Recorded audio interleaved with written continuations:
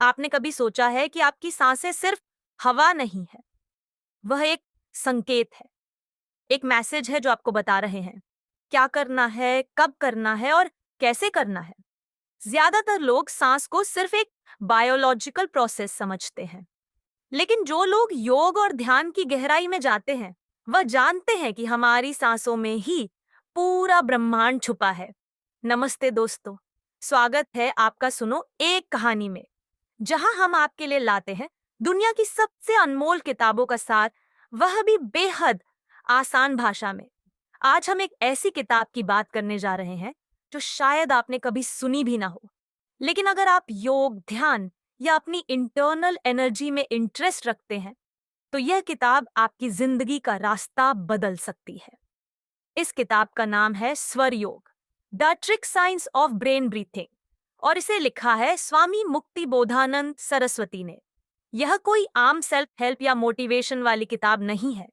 यह एक प्राचीन ग्रंथ, शिव स्वरदय पर आधारित कमेंट्री है, जिसमें भगवान शिव माता पार्वती को सांसों की रहस्यमय भाषा सिखा रहे हैं। यह किताब बताती है कि हमारे शरीर में जो नाड़ियां हैं, ईदा, पिंगला और सुषुम्ना, वो कैसे सांसों के जरिए एक्टिवेट होती हैं, और कैसे हर डिसीजन, हर काम और हर इमोशन इन्हीं पे डिपेंड करता है। सोचिए, अगर आपको पता हो कि कौन सी सांस कब चल रही है, और उसी के हिसाब से अगर आप कोई काम करें, तो आपकी सफलता की संभावना कई गुना बढ़ जाती है। इसी को कहते हैं स्वर योग, यानी अपनी सांसों के साइंस को समझकर पूरे जीवन को एक लय में ले आना। इस समरी में हम जानेंगे कि क्या है स्वरोदय का असली अर्थ, कौन से स्वर का क्या मतलब है, किस वक्त कौन सा काम करना चाहिए, और कैसे आप भी अपनी सांसों के पैटर्न को पहचान कर अपने डिसीजंस और एनर्जी को कंट्रोल कर सकते हैं। तो चलिए शुरू करते हैं एक ऐसी इनर जर्नी जिसकी चाबी आपके ही नाक में छुपी है। हजारों साल पहले की बात है। एक दिन देवी पार्वती भगवान शिव से पूछती हैं, हे प्रभु, कृपा करके मुझे वह रहस्य बताइए जिससे इंसान अपने जीवन के हर फैसले को सही समय पर सही तरीके से कर सके। कोई ऐसी विद्या बताइए जो ना ज्यादा किताबों की मांग करे, न जटिल साधनाओं की। कुछ ऐसा जो हर इंसान हर दिन अपने शरीर में महसूस करके समझ सके। तब भगवान शिव मुस्कुराते हैं और एक रहस्य खोलते हैं, स्वरोदय ज्ञान का, यानी सांसों के स्वरों की विद्या। शिव कहते हैं हर इंसान के अंदर 3 प्रमुख नाड़ियां होती हैं, ईदा, पिंगला और सुषुम्ना, और ये नाड़ियां हर समय काम करती हैं, लेकिन कभी एक एक्टिव होती है, कभी दूसरी।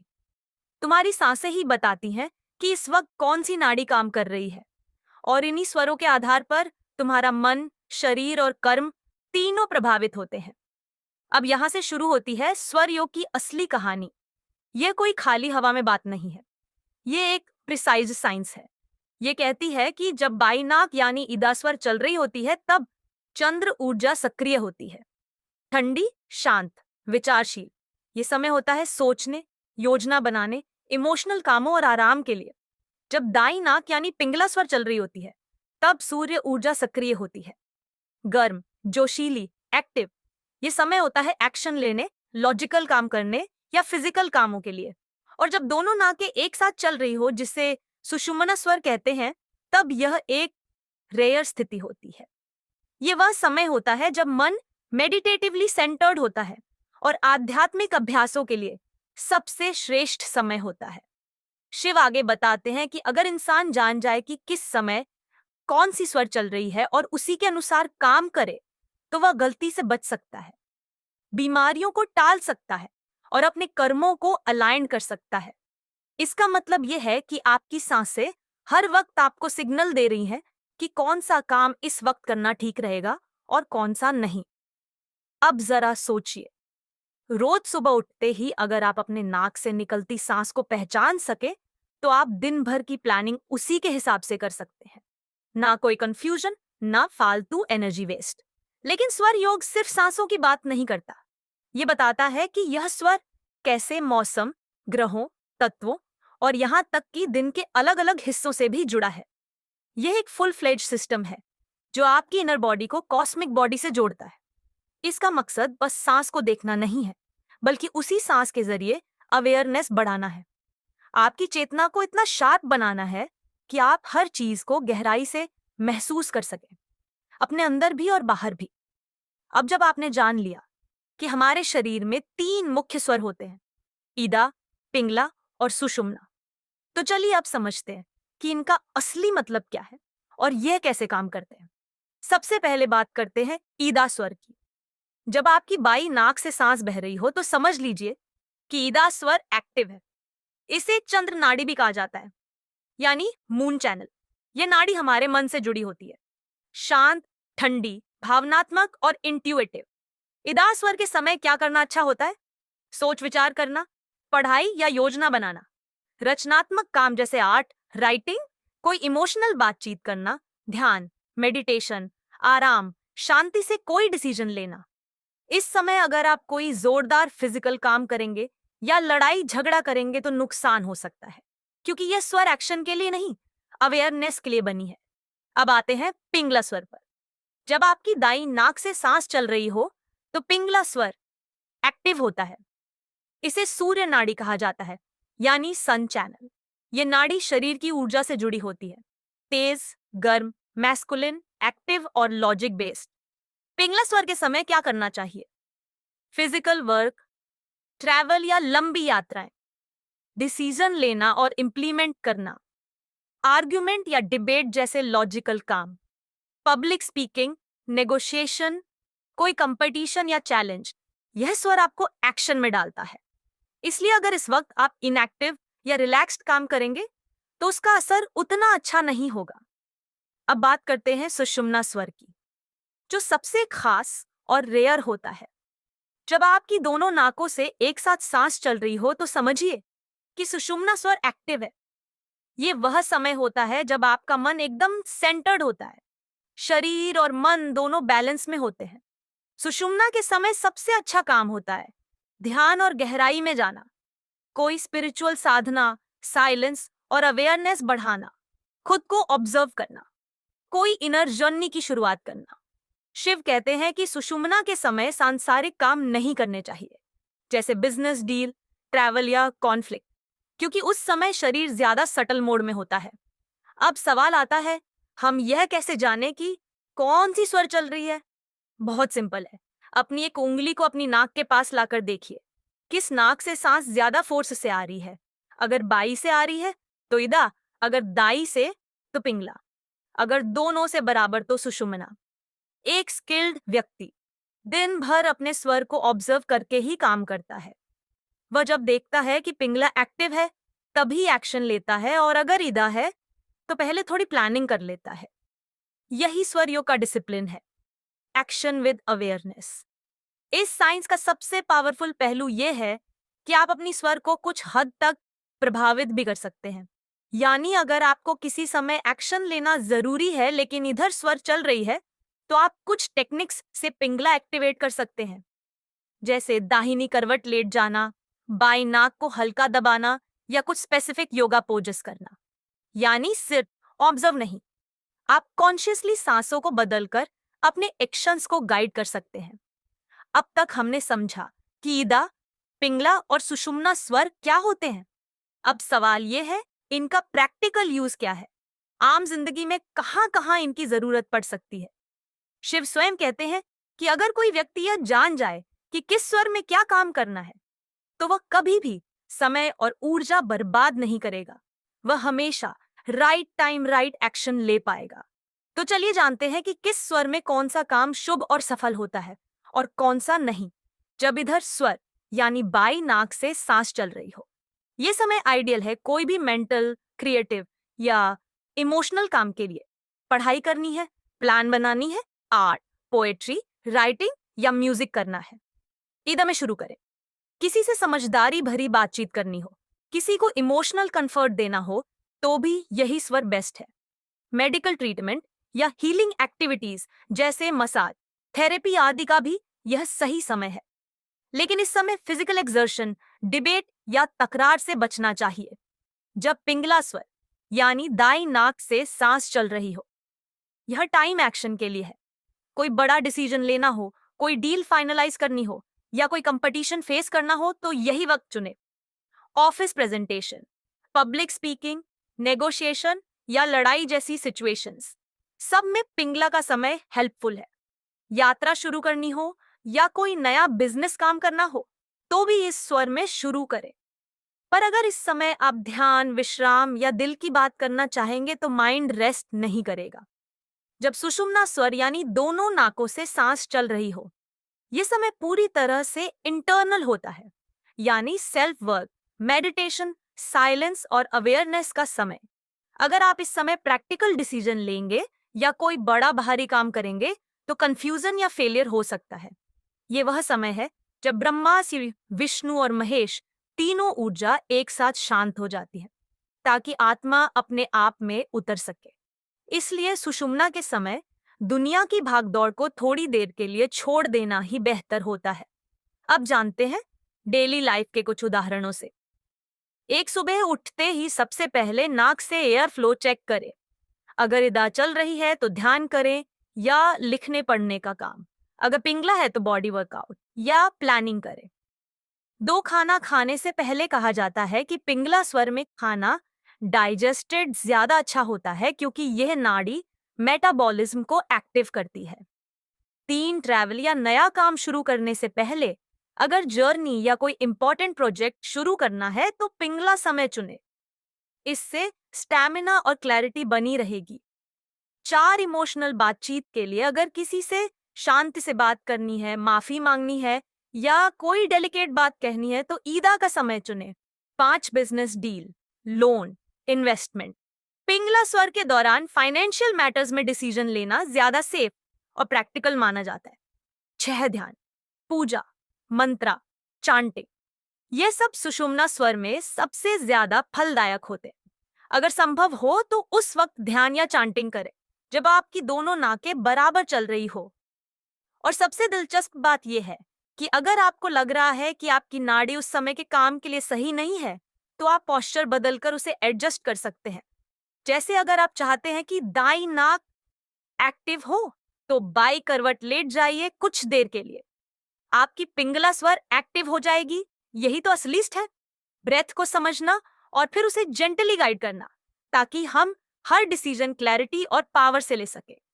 जैसा कि शिव कहते हैं, स्वर सिर्फ श्वास का विज्ञान नहीं है, यह कॉस्मिक रिदमम का हिस्सा है। हमारी हर सांस, हर नाड़ी चंद्रमा की गति, तिथियों, ग्रहों और 5 तत्वों के साथ जुड़ी होती है। तो शुरू करते हैं चंद्रमा और स्वर के संबंध से। शिव स्वर उदय में बताया गया है कि चंद्रमा के हर 15 दिन के शुक्ल पक्ष और कृष्ण पक्ष साइकिल में स्वरों का एक निश्चित पैटर्न चलता है। जैसे ही चंद्रमा अमावस्या से पूर्णिमा की ओर बढ़ता है, अर्थात शुक्ल पक्ष पहले दिन बाई नाक यानी ईदा स्वर से शुरुआत होती है, फिर अगले दिन पिंगला, फिर ईदा से अल्टरनेट चलता है। इस तरह ऑड नंबर्ड तिथियों पर अनिदा और इवन नंबर्ड पर पिंगला स्वर चलता है। लेकिन जैसे ही पूर्णिमा के बाद कृष्ण पक्ष शुरू होता है, ये पैटर्न रिवर्स हो जाता है, यानी अब ऑड नंबर तिथियों पर पिंगला और इवन नंबर्ड पर ईदा स्वर। अब बात आती है, इसका मतलब क्या हुआ? इसका मतलब यह कि स्वरों की प्रकृति भी चंद्रमा के प्रभाव में बदलती रहती है। अगर आप एक जागरूक व्यक्ति हैं तो आप रोज सुबह उठकर अपनी नाड़ी चेक करके जान सकते हैं कि आपका शरीर चंद्रमा के साथ तालमेल में है या नहीं।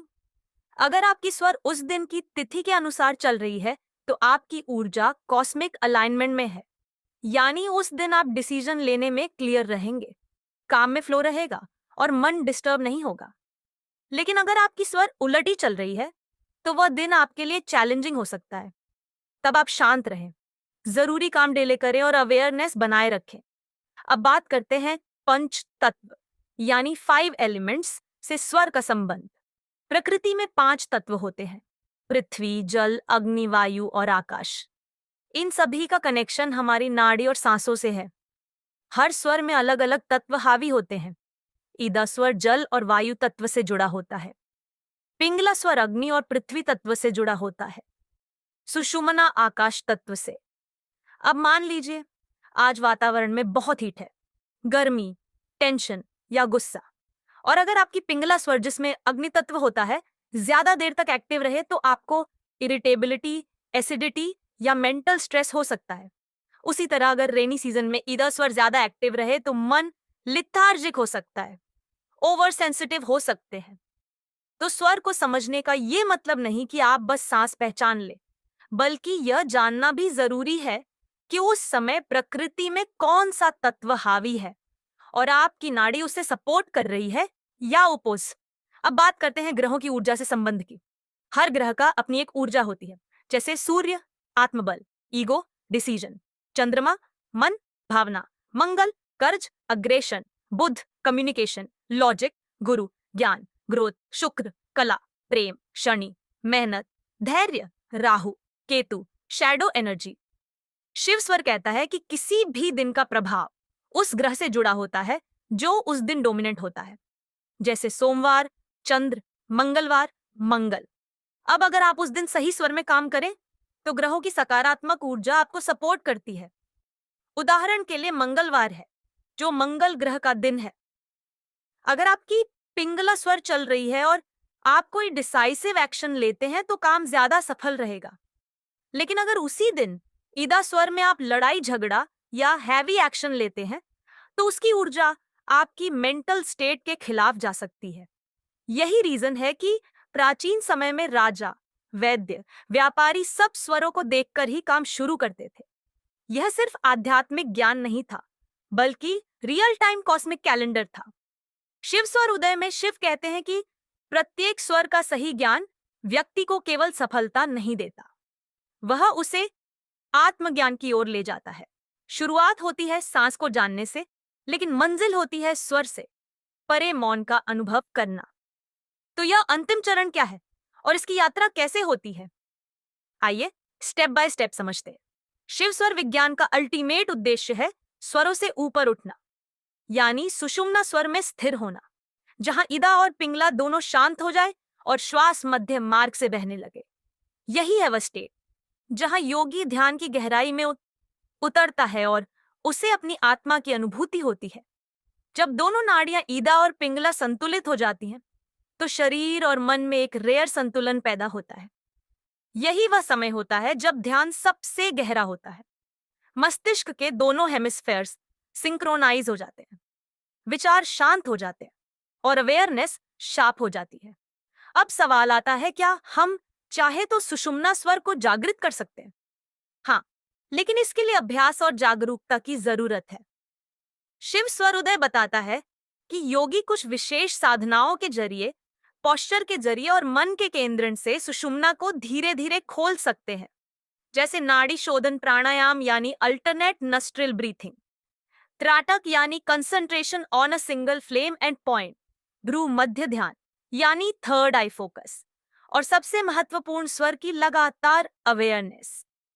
ध्यान देने वाली बात यह है कि सुषुम्ना स्वर अक्सर सिर्फ थोड़ी देर के लिए ही सक्रिय होता है, जैसे सुबह जागने से ठीक पहले या ध्यान की स्थिति में। अगर आप इस समय को पहचान कर ध्यान करें, मंत्रा चटिंग करें या सेल्फ रिफ्लेक्शन करें तो आपका मन सीधे हायर स्टेट में प्रवेश कर सकता है। यही कारण है कि साधक सनराइज और सनसेट जैसे समयों को ध्यान के लिए चुनते हैं, क्योंकि यह समय नेचुरली सुषुम्ना स्वर के आने की संभावना रखते हैं। अब बात करते हैं एडवांस्ड चेतना की। जब योगी लगातार स्वर पर जागरूक रहता है और उसकी लाइफ पूरी तरह स्वर रिदमम के अनुसार चलने लगती है, तब उसका माइंड डिस्टर्ब नहीं होता। वह जानता है कि कब साइलेंस रखना है, कब बोलना है, कब काम करना है और कब सिर्फ ऑब्जर्व करना है। धीरे धीरे यह अवेयरनेस उसे वासनाओं से ऊपर, माइंड की ड्यूल से पार और अंत में साक्षी भाव में ले जाती है, जहां व्यक्ति केवल देखने वाला होता है, करने वाला नहीं। शिव कहते हैं कि जब व्यक्ति इस अवस्था तक पहुंचता है तो उसे अजाब जाप की स्थिति मिलती है, यानी सांस अपने आप सो अहम जपती रहती है और साधक बस उसका साक्षी होता है। ये वही स्थिति है जहां ध्यान एफर्ट नहीं होता, बल्कि एक नेचुरल अवस्था बन जाती है, जहां समय रुक जाता है और केवल प्रत्येक श्वास में शिव की अनुभूति होती है। दोस्तों, इस वीडियो में हमने जाना एक हर इंसान की सांसें दो नाड़ियों से बहती हैं, ईदा और पिंगला, जो शरीर और मन की ऊर्जा को कंट्रोल करती है। दो ईदा स्वर यानी बाई नाक शीतल शांत रिसेप्टिव एनर्जी देता है। 3 पिंगला स्वर यानी दाई नाक गर्म सक्रिय और डिसाइसिव एनर्जी लाता है। 4 सुषुम्ना स्वर जो दोनों नाड़ियों के संतुलन से जागता है, वही अल्टीमेट कॉन्शियसनेस का गेटवे है। 5 हर काम के लिए सही समय और सही स्वर का होना जरूरी है, चाहे वह व्यापार हो, बात करना हो या साधना। 6 चंद्रमा की कलाएं, तिथियां, ग्रह, मौसम, तत्व, ये सब हमारे स्वरों पर असर डालते हैं। 7 जब आप अपनी सांस की चाल पहचान लेते हैं तो आप पूरे दिन के मूड, क्षमता और डायरेक्शन को समझ सकते हैं। 8 आखिर में यह विज्ञान सांस से शुरू होकर चेतना में लीन होने तक का रास्ता है। अब बात करते हैं कैसे आप इस ज्ञान को आज से ही अपनी जिंदगी में उतार सकते हैं। How to start observing your breath daily. एक सुबह उठते ही बिना कुछ बोले बस बैठ जाए और अपनी सांस ऑब्जर्व करें। कौन सी नाक से हवा ज्यादा तेज निकल रही है, बाई या दाई दो। इसी ऑब्जर्वेशन को दिन में कई बार करें, काम से पहले, मीटिंग से पहले, किसी फैसले से पहले। 3 कुछ मिनट नजर रखें कि कितनी देर इधर चल रहा है, कितनी देर पिघला।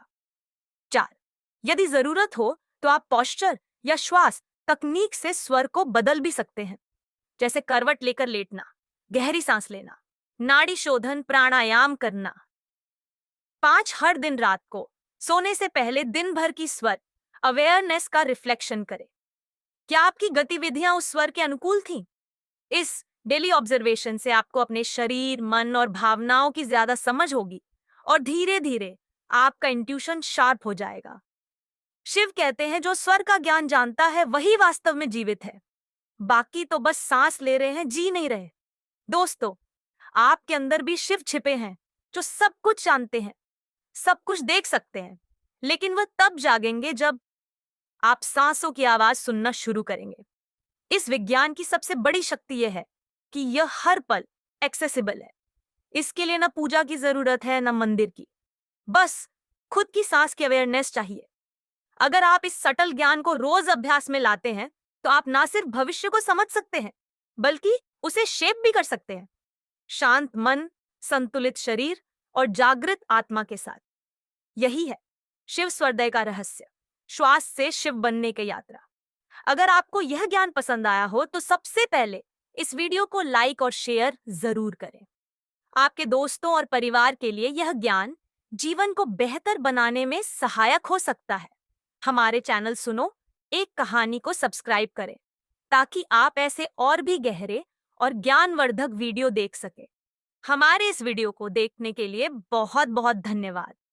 अगली बार फिर एक और रोमांचक वीडियो के साथ मिलते हैं। तब तक के लिए ध्यान रखें, अपनी सांसों पर ध्यान दें और हमेशा जागरूक रहें। ओम नमः शिवाय।